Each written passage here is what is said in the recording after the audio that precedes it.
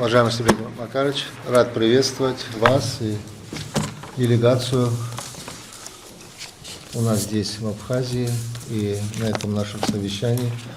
За период вашего визита у нас появится возможность обсудить важнейшие вопросы в социально-экономическом развитии нашей страны. На мой взгляд, это будет конструктивная работа за эти 2 дня.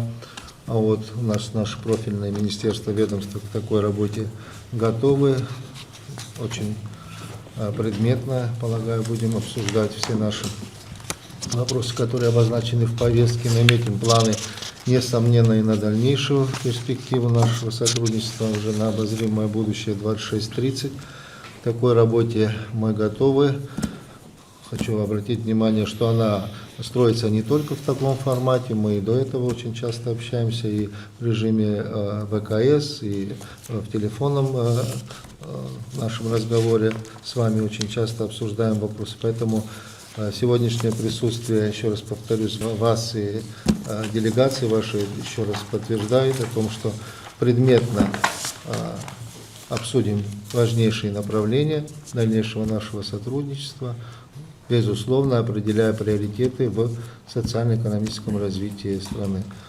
Спасибо, Владимир Ильич, уважаемые коллеги. Да, мы действительно достаточно плотно общаемся в плане тех задач и вопросов, которые стоят там перед нами, собственно, с целевым направлением усиления и активное взаимодействие по развитию республики.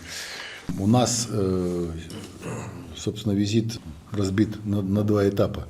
Первый этап – это сегодня мы хотим обсудить те текущие вопросы, которые нам необходимо, ну и действительно то, что вы говорите, на перспективу, с учетом того, что нам необходимо сейчас откорректировать некие решения до конца года в рамках решений межправкомиссии, с учетом освоения средств, может быть, перераспределения средств. Вот сегодня мы там в рамках обсуждения инвестпрограммы обсудили, что можно посмотреть какие-то направления, где можно будет направить средства там, где есть возможность их эффективного использования.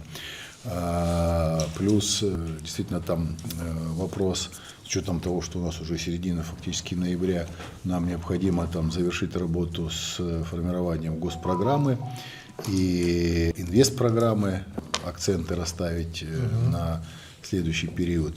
Поэтому все вопросы, будем так говорить, рабочие и текущие, но по ним нам надо действительно расставить все эти акценты.